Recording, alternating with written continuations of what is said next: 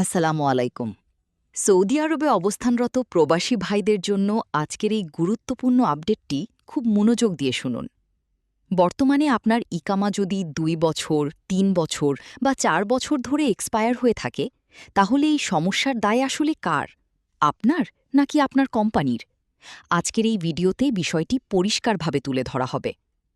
অনেক প্রবাসী ভাই দীর্ঘদিন ধরে এক্সপায়ার ইকামা নিয়ে সৌদি আরবে অবস্থান করছেন এবং ভয়ের মধ্যে আছেন। কিন্তু এখন এমন একটি সুযোগ এসেছে যার মাধ্যমে আপনি খুব সহজেই এই পরিস্থিতি থেকে বের হয়ে বৈধ হতে পারবেন। সবচেয়ে গুরুত্বপূর্ণ বিষয় হল আপনার পিছনের বকেয়া টাকা আপনাকে পরিশোধ করতে হবে না। সম্প্রতি কিভা প্ল্যাটফর্ম থেকে একটি গুরুত্বপূর্ণ আপডেট জানানো হয়েছে।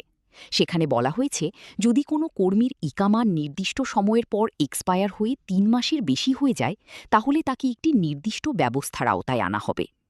এখানে সরাসরি হুরুপ দেওয়া হবে এমন কথা বলা হয়নি, বরং বলা হয়েছে তার বর্তমান কোম্পানি থেকে তার নাম সম্পূর্ণভাবে মুছে ফেলা হবে, অর্থাৎ সে আর সেই কোম্পানির অধীনে থাকবে না।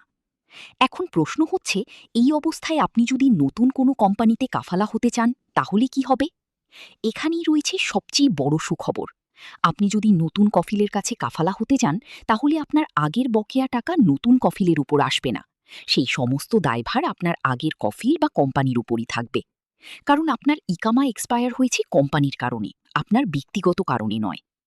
এই কারণে আগে যেসব কোম্পানি আপনাকে নিতে ভয় পেত, এখন তারা সহজেই আপনাকে নিতে আগ্রহী হবে, কারণ তাদের উপর কোনো আর্থিক ঝুঁকি থাকবে না।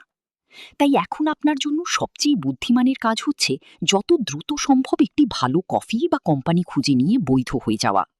অপেক্ষা না করে দ্রুত সিদ্ধান্ত নিন, কারণ দেরি করলে ভবিষ্যতে বিভিন্ন সমস্যা তৈরি হতে পারে, যেমন সাসপেনশন, টার্মিনেশন বা অন্যান্য জটিলতা। মনে রাখবেন, এই সুযোগ সবসময় থাকবে না, তাই ঝুঁকি না নিয়ে এখনই সঠিক সিদ্ধান্ত নিন। সবশেষে আবারও বলছি, এখন কাফালা হলে আপনার পিছনের টাকা আপনাকে দিতে হবে না, সব দায়ভার থাকবে আপনার পুরাতন ক্যাফিলের উপর। এই গুরুত্বপূর্ণ তথ্যটি আপনার পরিচিত সকল প্রবাসী ভাইদের সাথে শেয়ার করুন। ভিডিওটি ভালো লাগলে লাইক দিন, শেয়ার করুন এবং আমাদের চ্যানেলটি সাবস্ক্রাইব করে পাশে থাকা বেল আইকনটি অন করে রাখুন। আল্লাহ হাফিজ।